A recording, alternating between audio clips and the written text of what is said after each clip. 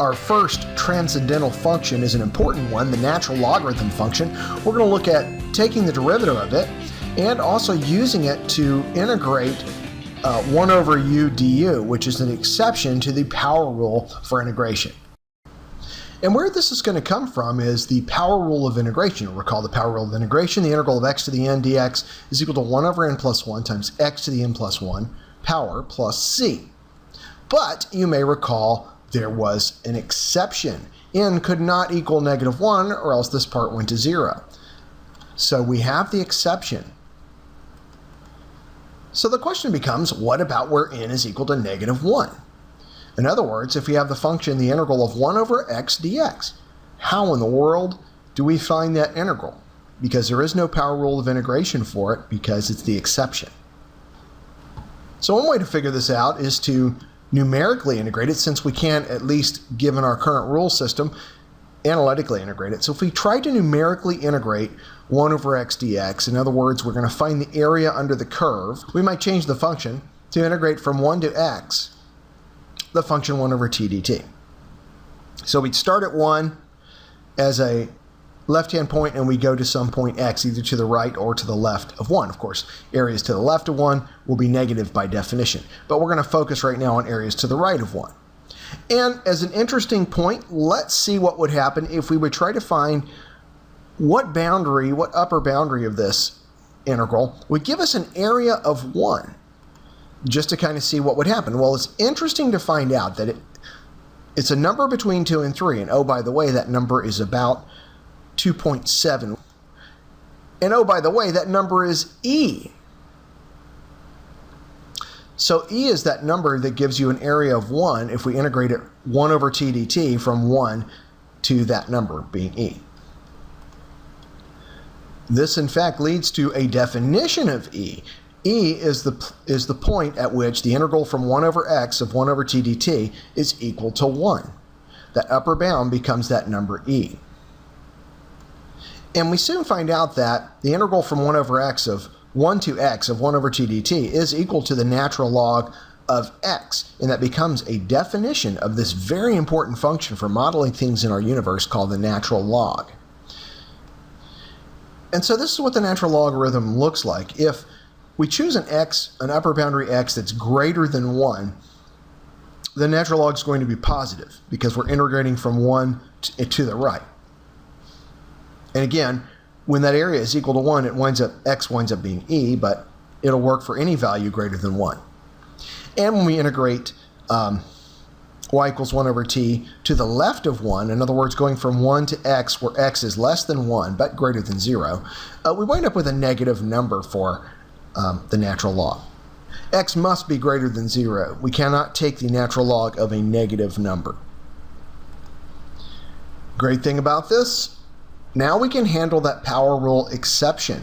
The integral of 1 over x dx, or in other words, the integral of x to the minus 1 dx, is equal to the natural log of x plus c. And since differentiation is the inverse function of integration, the derivative of the natural log of x plus c is equal to 1 over x. So this gives us two important rules that deal with the natural log. The integral of 1 over x dx is equal to the natural log of x plus c, and the derivative of the natural log of x is 1 over x.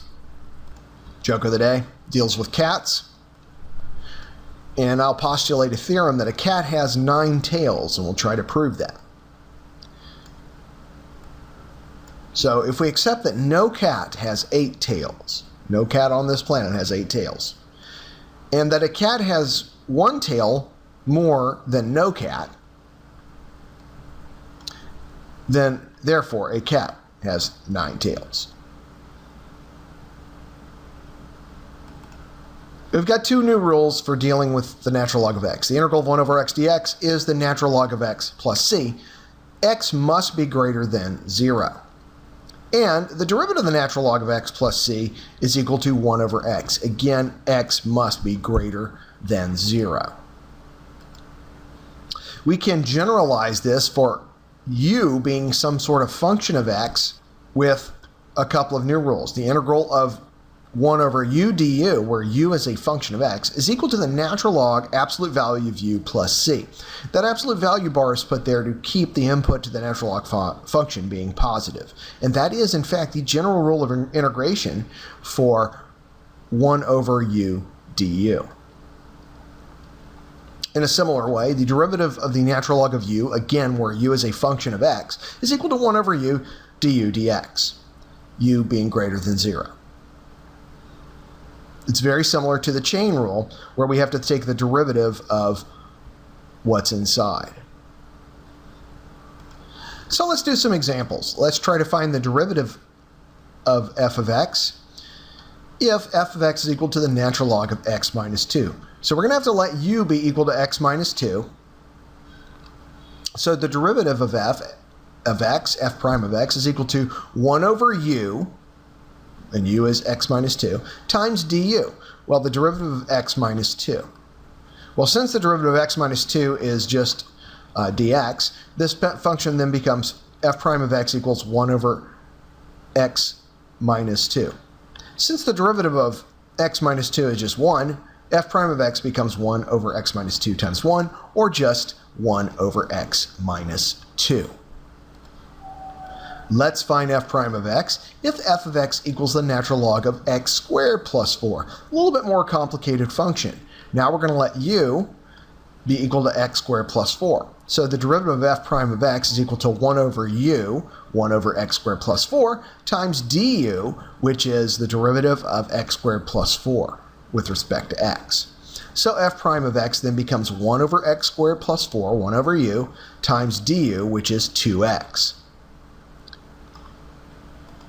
And just to simplify, f prime of x equals 2x over x squared plus 4. Let's do a couple of integration problems as well.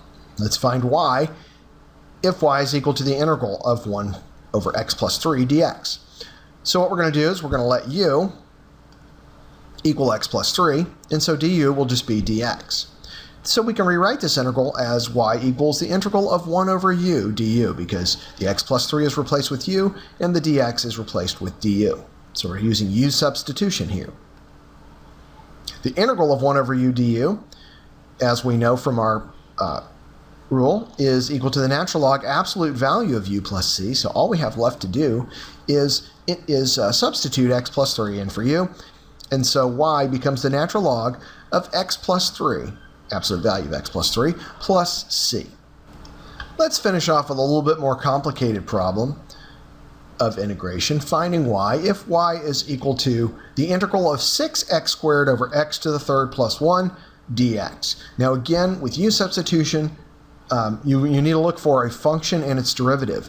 And the function in this case is 1 over u, where u is x to the third plus 1. The derivative is the derivative of u, which we can see the 6x squared dx up here is pretty close to that. We're going to have to adjust for the 6, but we will have no problem with that. In fact, what we're going to do is we are going to let u be equal to x to the third plus 1. Therefore, du is equal to 3x squared dx. So when I substitute, I'm going to have a u here, so that becomes 1 over u. But then I've got 6x squared dx. And to get 3x squared dx to look like that, I've got to multiply both sides by 2. So therefore, 2 du is equal to 6x squared dx. Now I can do my u substitution, and y becomes the integral of 1 over u, this part, times 2 du, which is a substitution for 6x squared dx. We move to the 2 to the outside, so this becomes using the constant multiple rule. And so y equals 2 times the integral of 1 over u du. So when we integrate this, 2 times the integral of 1 over u du, we get y equals 2 times the natural log absolute value of u plus c, which only one step remains, and that is to do our final substitution. Y equals 2 times the natural log of x to the third plus 1, absolute value, plus c, because u and x to the third plus 1 are the same thing. Now we should be able to check this by taking the derivative of it and getting the integrand. And if we do this, we get the derivative of natural log of x to the third plus 1 is going to be 1 over u du. So it's going to be 1 over x to the third plus 1 times the derivative of what's inside, which is 3x squared, and all of that times 2. So what we wind up with is this, the 1 over u and then the du part. So it checks out, and that's our answer. So we've looked at our first transcendental function, the natural logarithm, which is the solution to the integral of 1 over x dx, and the derivative of the natural log is 1 over u times the derivative of u.